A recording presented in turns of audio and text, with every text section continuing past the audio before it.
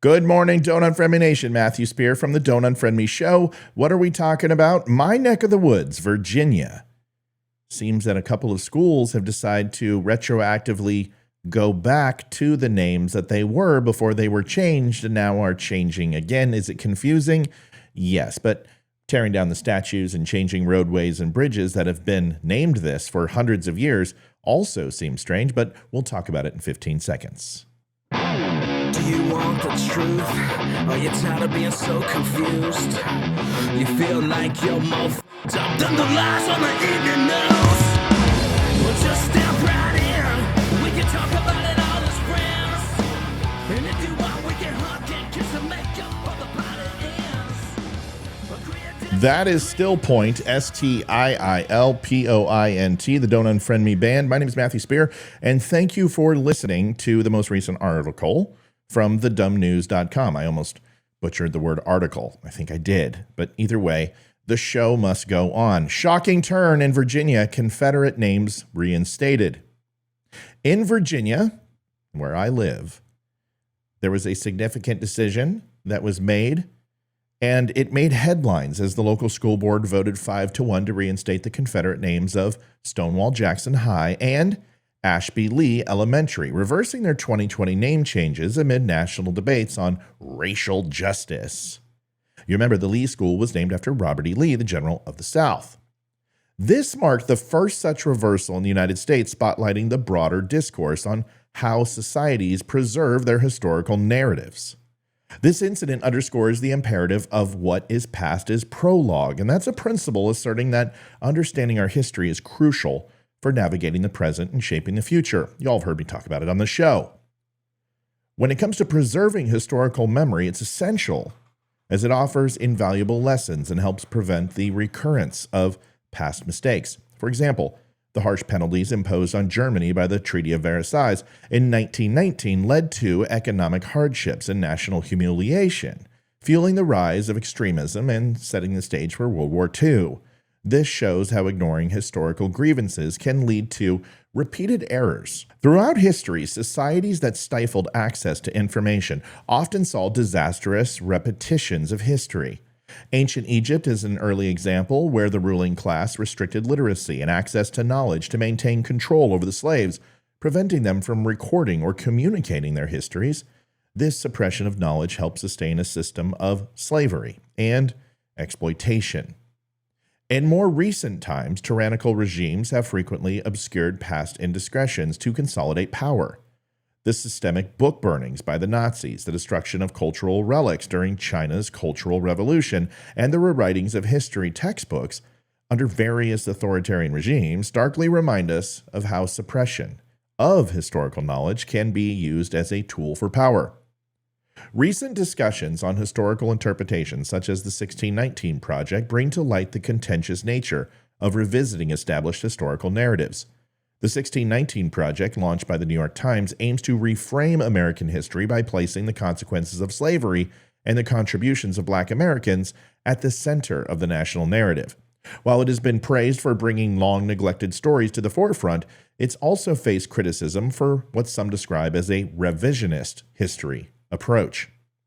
Similarly, organizations like the United Daughters of the Confederacy have historically promoted a version of Civil War history that reemphasizes states' rights and downplays slavery. Such efforts can be seen as attempts to shape public memory and reshape it to the will and influence the current political landscapes rather than striving for historical accuracy. These instances underscores the potential dangers of revisionist histories that prioritize specific narratives or political agendas over a balanced and inclusive recounting of the past. Such revisions, while often gaining significant attention, may distort our understanding of history and hinder genuine educational efforts. Their activities were part of a broader initiative to honor the Confederate cause and embed it with public memory. This is the Daughters of the Confederacy. This initiative, often referred to as the Lost Cause, sought to recast the Civil War in terms of favorable to the Southern states, emphasizing themes of heroism and sacrifice while downplaying slavery. These statues have become focal points in the ongoing debate over how history is remembered and represented in public spaces. While some view these monuments as important relics of history that should be preserved, others see them as symbols of racial oppression that glorify a divisive period in American history. Historians and preservationists argue that these monuments, like all artifacts of history, should be protected to ensure that future generations have the opportunity to learn from the past.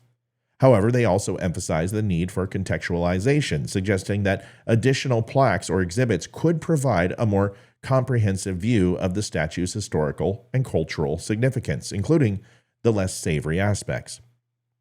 Ultimately, the decision on how these statues are displayed, or if they should remain at all, should be determined by the communities in which they stand. This approach really allows local residents to decide what is most appropriate for their public space, ensuring that the way history is commemorated aligns with the values and perspectives of the aforementioned community. Such decisions are not about suppressing history, but rather about shaping it and how it is publicly honored and remembered, providing an opportunity for education and reflection on the complexities of the past. The local governance in Shenandoah County handling historical narratives underscores the importance of community-specific decisions. Local communities deeply familiar with their historical and demographic context are best positioned to decide how the history should be acknowledged and taught. This approach supports the principles of free speech and democratic engagement, allowing for decisions that reflect the nuanced views of the community rather than imposing a uniform narrative from the national or federal levels. Moreover, local decision-making respects community sentiments as demonstrated by surveys conducted by the Coalition for Better Schools in Shenandoah County, which showed strong support for restoring the original school names, and such decisions demonstrate a commitment to reflecting the majority wishes in community-specific contexts, fostering a sense of ownership and involvement among the residents. Free speech plays a crucial role in the discourse on historical memory, permitting a diversity of perspectives and fostering a comprehensive understanding of past events.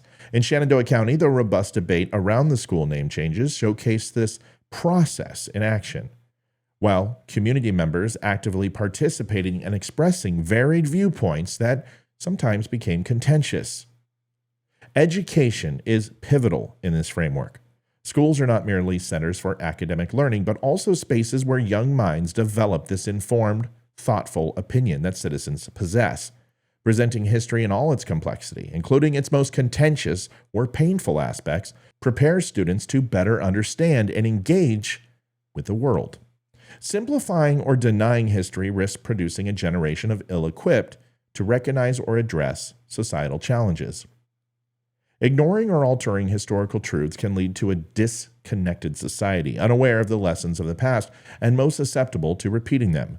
Tyrannical governments often employ tactics like book burning, censorship, and suppression of artistic and intellectual expression to manipulate or erase historical memory. These actions not only deprive individuals of the truth, but also consolidate governmental power by reducing the capacity of critical thinking and informed debate among the populace. The unfolding events in Shenandoah County serve as a microcosm of the national debate on how we remember and learn from our past. While it is crucial to acknowledge and heal from the injustices and pain that historical figures and symbols may represent, engaging openly and truthfully with history is equally vital. Local governments, by making informed decisions that reflect the will and context of their communities, play a crucial role in this process. Ultimately, the phrase, "what is past is prologue," is not just a reminder of history's continuity, but a call to action. It compels us to study, debate, and teach our past with integrity and a commitment to truth. By confronting our history in its full complexity, we can hope to forge a future that is both enlightened and just, ensuring that we do not repeat the errors of the past, but learn from them to create a better world.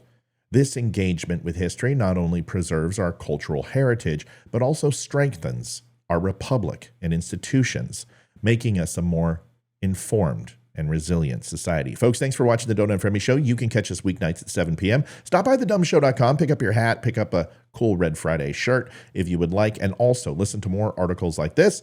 Once again, I'm Matthew Spear. Thanks for watching, and we will see you next time. Adjusting transmitter output. This is the Don't Unfriend Me Show with your hosts, Matt, Leroy, Amy, Olivia, and Mike. Geopolitics, military analysis, and election coverage. Coming to you live on the Spreely.tv network and all major social media channels at The Dumb Show. Honest, direct, unfiltered. We can agree, we can disagree. Just don't unfriend me.